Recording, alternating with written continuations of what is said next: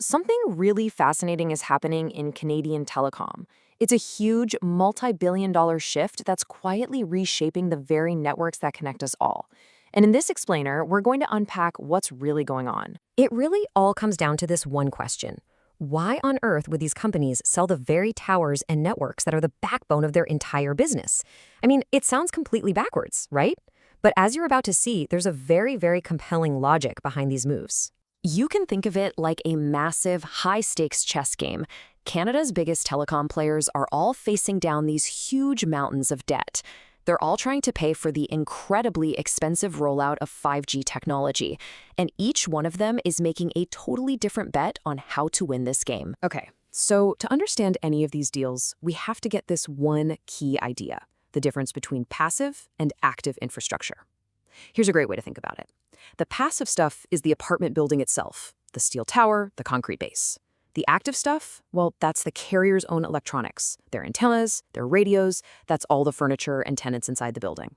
Now, this distinction is the key to this whole story, because the companies are only selling the building, not the valuable proprietary tech they put inside it. So, here's our game plan. We'll start with the big picture of this great telecom sell-off. Then we're going to dive into what Telus and Rogers are doing. We'll look at why Quebecor is playing the contrarian, and then we'll wrap it all up with what this means for Canada. What we're really seeing here is a fundamental shift in thinking. Canadian telecoms have figured out that their physical towers, those passive assets, aren't just an operational cost. They can actually be used as a financial tool to unlock a ton of cash.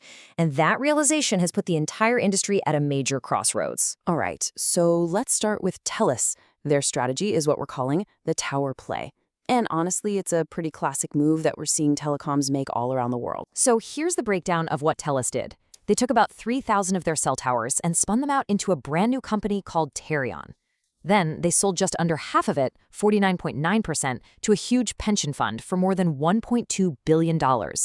Now, here's the brilliant part. By keeping that tiny 50.1% majority, Telus gets this massive injection of cash, but they still get to call all the shots. So why do it? Why go through all that trouble? It's all about this number, a 0.17x reduction in their debt-to-earnings ratio. Now, I know that might not sound like a lot, but for a company this size, it's a really important metric for financial health. It's a solid move that helps clean up their books and, crucially, frees up cash to keep building out that super expensive 5G network. Okay, now let's switch gears and talk about Rogers. They were feeling the exact same pressures as Telus, but when they looked at their own assets, they picked a totally different path. For them, selling the towers was not the answer. Rogers decided to sell off a piece of its wireless backhaul instead. So what is that?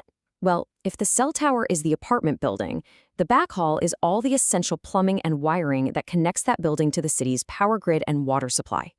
It's that critical, high-speed connection linking the tower to the rest of the network. And their deal? Wow. It was a blockbuster.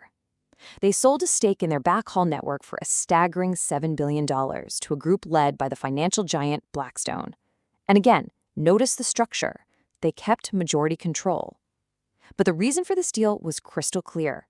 They had to pay down that mountain of debt from buying their rival Shaw. And just look at the payoff. The Rogers deal dropped their debt ratio by 0.7x. That is 4 times the impact of the Telus deal. So by selling a different, maybe less obvious asset, they got a much, much bigger bang for their buck. So let's just put this all side by side, because it really tells the story. You've got 2 giants facing similar problems, but taking 2 completely different roads. Telus sold a piece of its towers. Rogers sold a piece of its network plumbing. Both of them raised billions, both cut their debt, but their choices show a totally different strategic playbook. But while Telus and Rogers were busy striking these massive deals, the third big player, Quebecor, was doing something pretty radical. Absolutely nothing.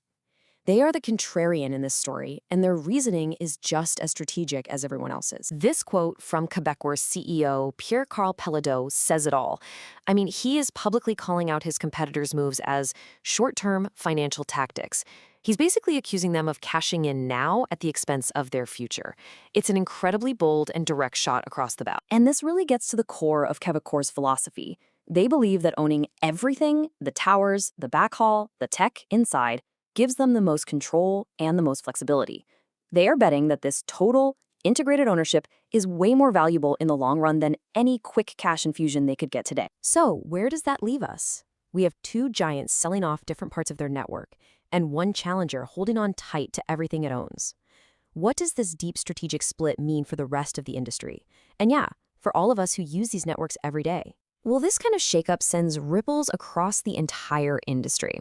For one, you're going to see the rise of these independent tower cos like Terion, whose whole job is just to own towers and lease space on them. That could actually spark more competition. It also opens up a ton of new engineering and construction work, and it changes who the big equipment vendors sell to. In short, the whole ecosystem is being reshaped. And that brings us to the ultimate question, doesn't it?